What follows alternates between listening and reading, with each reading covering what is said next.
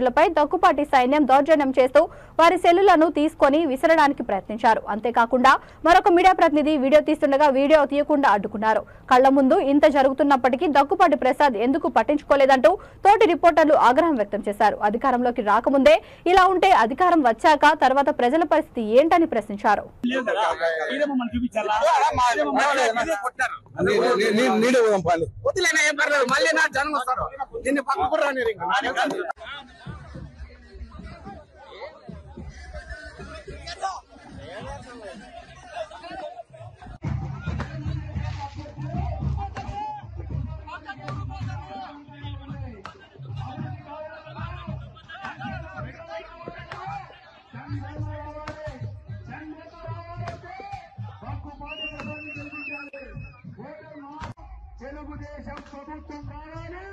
తెలుగుదేశం ప్రభుత్వం రావాలంటే దగ్గుపాటి ప్రసాద్ గారిని అత్యధిక మెజార్టీతో గెలిపించాలని ప్రార్థన.